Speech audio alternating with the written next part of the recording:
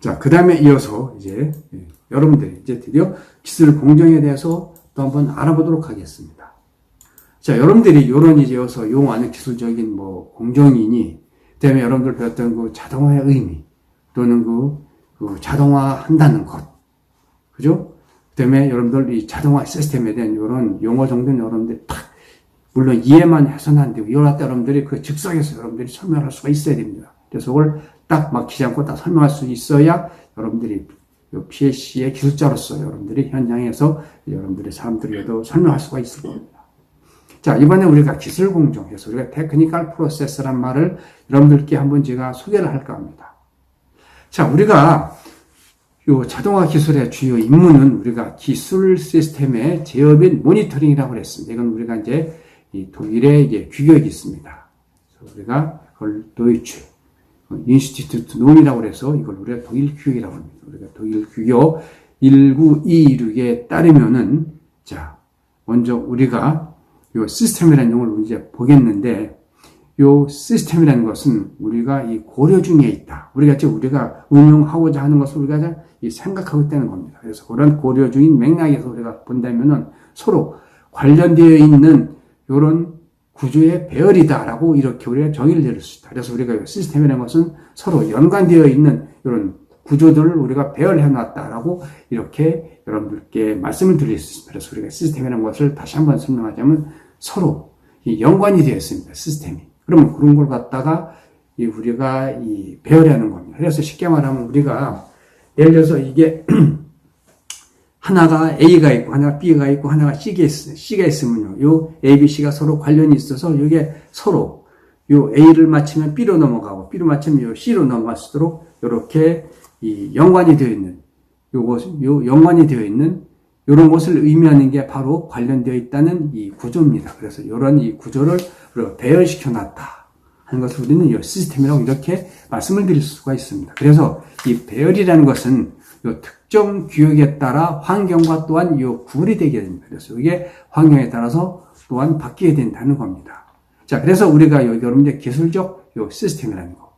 요런 이 기술적 요런 시스템의 본질적인 요런 특성은 요 시스템에서 요 실행되는 요 기술적 요 프로세스에 따라 있다. 그래서 우리가 이런 요 기술 시스템은 아까 우리가 뭐라고 제가 설명드렸느냐면은 한 개 이상의 자동화 장치에 연결되어 우리가 이 작업, 이 별, 즉 우리가 이런 이 작업 이 종류에 따라서 우리가 생산 또는 요 프로세스, 이런 시스템으로 구성되어 있는 것을 우리는 기술 이런 시스템이라고 이렇게 얘기를 했습니다. 그래서 우리가 다시 한번 보게 되면 이런 시스템의 본질적인 특성, 우리가 이렇게 말한 이런 시스템이라는 것은 우리가 서로 이 관련이 있는 이런 구조들을 우리가 배열해야 하는 것을 시스템이라고 했는데, 요런 시스템의 가장 중요한 이 특성은 뭐냐면은, 요런 시스템에서 실행되는 요런 프로세스가 바로 요런 요 시스템에서 가장 이 기본적인 본질적인 특성이 되고요. 요런 기술적인 시스템은 제가 여러분들께 말씀드렸듯이 하나 이상의 이런 자동화 장치에 연결된 이런 작업별 또는 이 작업 구성별이죠. 즉, 그러니까 우리가 작업 구성별에 따라서 생산 또는 이런 프로세스, 이런 시스템에서 실행되는 요 의미의 요런 의미의 요런 이 시스템으로 우리가 구성되어 있는 것을 우리는 이 기술 시스템이라고 이렇게 얘기를 했습니다.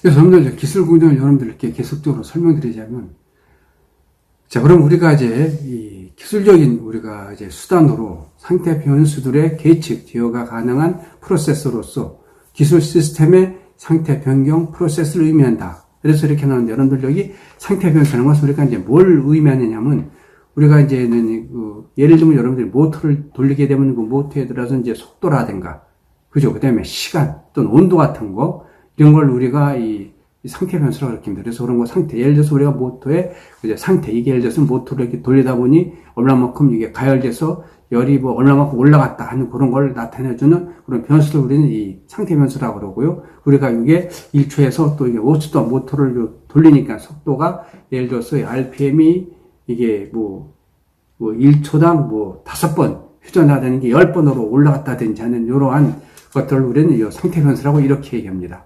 그래서 우리가 여러분들께 요 상태 변수에 대해서 소개해드렸죠. 그래서 우리가 기술공정으로 계속적으로 이제 여러분들께 또 먼저 강의에 이어서 설명드리자면, 기술적인 수단이라는 것이 바로 요 상태 변수들의 계측, 제어가 가능한 프로세스로서 기술 시스템의 상태 변경, 프로세스를 의미하는 것이 바로 기술 공정이다. 라고 또 이렇게 얘기할 수 있습니다. 그래서 기술 공정을 다시 한번 우리가 이 정의를 내린다면, 이런 기술적인 수단을 사용해서 우리가 상태 변수들의 계측, 이런 제어가 가능한 요 프로세스로서 이러한 기술 시스템의 상태 변경, 프로세스를 의미한다라고 이렇게 또 기술 공정을 정의를 내릴 수가 있습니다.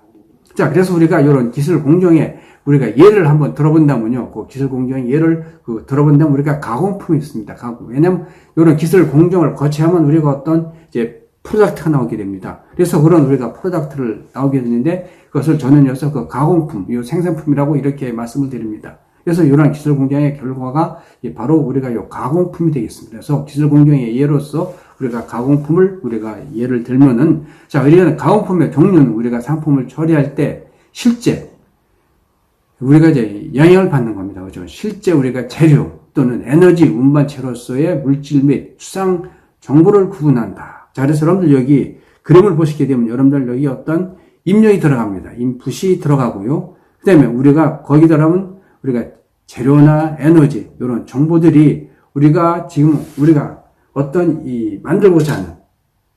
우리가 만들고자 하는 이런 안에 박스 안에는 우리가 재료나 에너지나 이러한 그 정보, 이런 인포메이션들이 다 들어있고요. 우리가 여기서 우리가 이걸 만들기 위해서 우리가 여기다 영향을 주는데, 그걸 갖다 우리 입력을 우리가 준다고 하면 그 입력에 영향을 받죠. 그죠? 그래서 이걸 만드는데 영향을 주는 입력이 있습니다. 그런데 우리가 이게 항상 제대로 되는 게 아니라, 이것도 우리가 요런 재료나 에너지나 이런 이 공정도 들어있는 원래 우리가 어떤 이러한 대상에 항상 그 자체에서 우리가 발생하는 우리가 외란, 즉 우리가 이걸 간섭이라고 합니다. 외란이라는 것은 이런 이제 간섭이 또 있을 수가 있습니다. 그죠? 그래서 이런 이제 간섭이 또 있어서 거기서 간섭에 의해서 이것들이 또 변환이나 또 전송이 돼서 그 출력으로 나오게 되죠. 그죠? 그럼 우리가 출력으로 나온 걸 우리가 또 계측을 하고 하게 되는데, 그럴 때 우리가 트랜듀서라고 그러는데, 여기에 바로 센서의 일부분이죠. 그죠? 센서의 일부분인 이런 트랜듀서에 의해서 이게 계측이 되게 됩니다. 그래서 이런 것을 갖다 우리는 하나의 기술 공정이라고 이렇게 얘기를 하게 됩니다. 자, 그래서 우리의 이런 기술 공정은 우리가 처음에 요 재료 공정, 그 다음에 우리가 공학 공정이 있고요. 그 다음에 재료 공정, 이렇게 세 가지로 나누게 있는데요. 그리고 재료 공정 같은 건 예를 들면 우리가 이런 게 있습니다. 이제 컨베이어, 프로세스 같은 게 있죠. 제품이 A에서 B의 위치로 운송이 된다. 즉, 어떤 이 제품을 우리가 만들었을 때, 그게 A에서 우리가 다른 이 장소 B로 이렇게 운반합니다. 그죠? 요거 갖다 우리는 이제 재료 공정이라고 해서 우리가 패키지 유통 같은 게 있습니다. 그 다음에 우리가 화학, 공학 공정이 있습니다. 그래서 여러 가지 이제 출발할 때 우리가 물질 있죠. 그죠? 여러 가지 우리가 시작되는, 출발되는 그런 물질이 그 형태와 물질이 변경됩니다. 변경돼서 이게 새로운 제품으로 정제돼서 나오게 되는 게 있죠. 자, 그게 바로 화학공정입니다. 대표적인 게. 그래서 이 화학공정이 되게 복잡하고 상당히 어렵죠. 그래서 화학공정 보면 자동화되고 되게 복잡합니다. 그게 바로 여러분들이 보고 있는 이 공정, 공학, 이 공정이라고 이렇게 해서 이게 바로 이 케미컬 프로세스가 있습니다. 이것도 다 기술 공정에 속하는 거죠. 그래서 우리가 이 기술 공정을 재료 공정, 그 다음에 이런 이 케미컬 공정인 공정공학 공정이 있고 이렇게 운반합니다. 그죠? 요거 갖다 우리는 이제 재료 공정이라고 해서 우리가 패키지 유통 같은 게 있습니다. 그 다음에 우리가 화학, 공학 공정이 있습니다. 그래서 여러 가지 이제 출발할 때 우리가 물질 있죠. 그죠? 여러 가지 우리가 시작되는, 출발되는 그런 물질이 그 형태와 물질이 변경됩니다. 변경돼서 이게 새로운 제품으로 정제돼서 나오게 되는 게 있죠. 자, 그게 바로 화학공정입니다. 대표적인 게. 그래서 이 화학공정이 되게 복잡하고 상당히 어렵죠. 그래서 화학공정 보면 자동화되고 되게 복잡합니다. 그게 바로 여러분들이 보고 있는 이 공정, 공학, 이 공정이라고 이렇게 해서 이게 바로 이 케미컬 프로세스가 있습니다. 이것도 다 기술 공정에 속하는 거죠. 그래서 우리가 이 기술 공정을 재료 공정, 그 다음에 이런 이 케미컬 공정인 공정공학 공정이 있고, 그 다음에 여러분들 여기 제조 공정이 또 있습니다. 제조 공정. 자, 이건 제품이 이제 제조되고 만들어지는 겁니다. 예를 들면 조립 같은 게 있죠. 가장 대표적인 게. 그래서 여러분들이 졸업돼서 하나의 예를 들면 이 자동차 같은 겁니다. 여러분들 가장 우리가 제조공 중에 가장 대표적인 게 자동차 공정이 있습니다. 자동차 같은 거 보면 여러분들 어서 제품이 제조되고 가공돼서 나오게 되죠. 졸업돼서. 자, 그게 우리가 소위 말하는 제조 공정이 되겠습니다. 그래서 이런 재료 공정 또는 공정공학 또는 이런 이 재료 공정 이런 세 개를 합해서 우리는 테크니컬 프로세스, 기술 공정이라고 이렇게 얘기를 하게 됩니다. 그래서 우리가 이 기술 공정의 예를 우리가 들었습니다. 자, 그 다음에 여러분들 아까 제가 이제 말씀드렸듯이 우리가 그 자동화의 정도를 우리가 측정하는데 우리가 가장 우리가 낮은 정도 수준과 중간, 그 다음에 높은 정도 수준이 세 개로 우리가 구분해서 여러분들께 설명드리면서 거기에 클로스드 루프와 오픈 루프에 대해서 여러분들께 얘기를 했었죠. 중간 정도에 보면 오픈 루프가 나오고, 그 다음에 여러분들 거기 고급 정도, 아주 높은 정도 이제 그 수준에서, 운용 수준에서는 여러분들 피드백, 즉 클로스드 루프 컨트롤 시스템이 나왔었습니다. 그죠? 여러분들 거기 한번 다시 한번 보시게 되면 여러분들 아실 겁니다.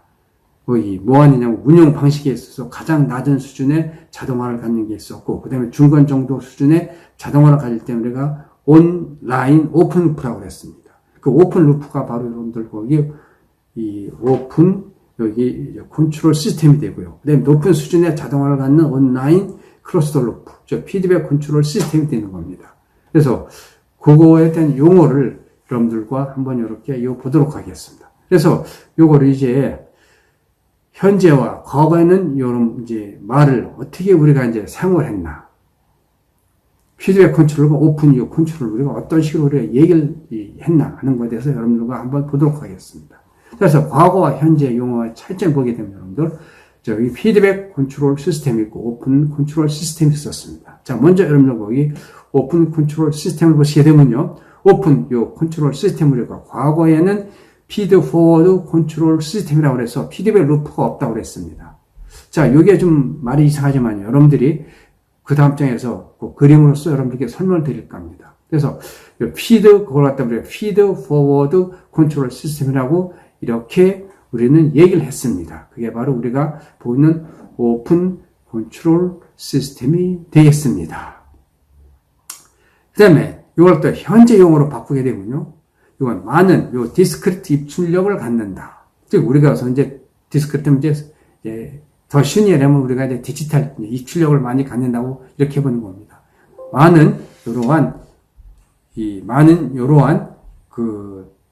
디스크리트 입출력 또는 수량 또는 출력 수량, 입력과 출력 수량, 그다음에 대부분 피드백 또는 이러한 개별 알고리즘을 이제 이렇게 갖습니다. 이걸 갖다 우리는 오픈 컨트롤 시스템이라고 이렇게 얘기를 해서 이것도 우리가 피드백으로 요즘은 같이 많이 봐주는 경향이 있습니다. 자, 그 다음에 우리가 소위 말하는 피드백 컨트롤 시스템입니다. 이게 바로 클로스드 루프 컨트롤 시스템이라고 이렇게 얘기했는데요.